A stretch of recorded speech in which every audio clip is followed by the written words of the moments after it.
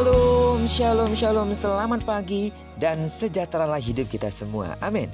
Puji Tuhan, Tuhan sudah mempercayakan satu hari lagi buat kita, Jumat 4 Maret tahun 2022. Sebagaimana Tuhan sudah memelihara dan memberkati tidur malam kita, maka sepanjang hari ini kita juga percaya kalau Tuhan pasti memberkati hidup kita.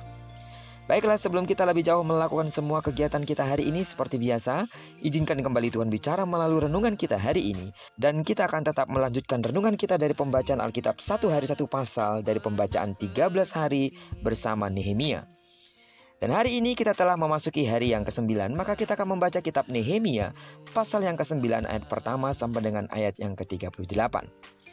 Judul perenungan kita hari ini, Piagam Perjanjian. Dan sebagai pengantar renungan ini, saya akan coba bacakan untuk kita ayat yang ke-38 dengan judul perikop, Piagam Perjanjian. Berdasarkan semuanya ini, kami mengikat perjanjian yang teguh, yang kami catat dengan dibubuhi materai para pemimpin kami, orang-orang Lewi kami, dan para imam kami. Pengertian yang benar akan kebenaran firman Tuhan akan membawa manusia pada pertobatan sejati. Betapa seringnya orang berani mempersalahkan Tuhan atas penderitaan dan kegagalan yang ia alami serta tidak mau mengakui dosa dan kesalahannya. Nehemia pasal yang ke-9 ini memuat doa terpanjang dalam Alkitab. Doa ini merupakan sebuah perenungan bagi bangsa Israel saat mereka mengingat kembali semua yang terjadi dalam sejarah dan memahaminya dengan makna rohani yang benar sesuai dengan sudut pandang ilahi. Di dalam doa mereka menceritakan kembali sejarah bangsa Israel dari zaman Abraham sampai pada Musa, zaman raja-raja Israel sampai pada zaman mereka saat itu.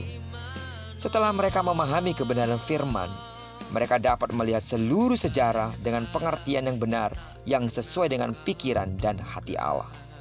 Setelah menyadari semua kegagalan dan penderitaan mereka, sungguh mereka dengan rendah hati mengakui semua dosa-dosa mereka. Ketahuilah bahwa pengakuan dosa adalah tanda pertobatan sejati. Sebuah pengakuan yang tulus yang keluar dari dalam hati orang yang benar-benar mengenal Tuhan yang ia sembah. Terlebih ketika kita telah mengetahui kebenaran di dalam Yesus. Darah Yesus yang tertumpah di kayu salib sanggup untuk menyucikan dan menguduskan semua dosa-dosa kita. Memiliki pemahaman yang benar akan firman Tuhan akan membawa kita ke dalam pertobatan sejati. Karena itu, memiliki pemahaman yang benar akan firman Tuhan yang akan membawa kita ke dalam pertobatan sejati. Dan selalu menjaga hati untuk tetap rendah hati dalam mengakui setiap perbuatan dosa dalam kehidupan kita.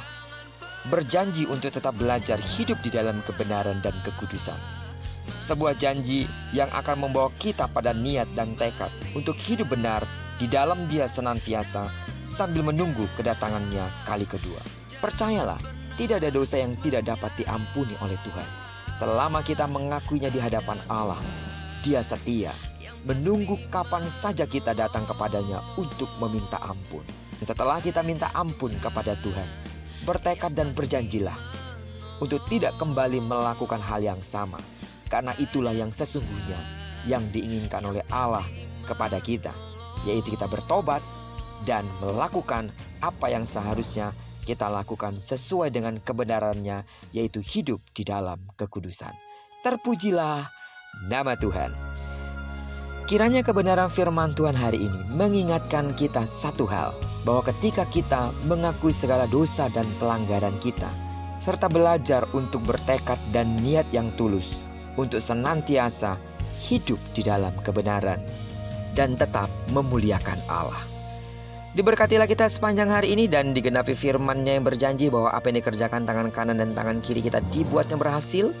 Kemanapun kaki kanan dan kaki kiri kita melangkah, di sana kemuliaan Tuhan akan dinyatakan. Amin. Tidak jemu-jemunya aku berdoa terus buat sidang jemaat Tuhan yang masih lemah secara fisik. Proses kesembuhan dalam kesempurnaan Tuhan sedang kerjakan dalam dirimu. Dan percayalah, tidak ada yang mustahil baginya, sebab Dia adalah dokter di atas segala dokter dan tabib di atas segala tabib, dan sembuhlah sesuai dengan takaran imanmu. Diberkatilah kita bersama dengan orang-orang yang kita kasihi, serta bersama dengan orang-orang yang kita cintai dimanapun mereka berada. Terpujilah nama Tuhan. Shalom.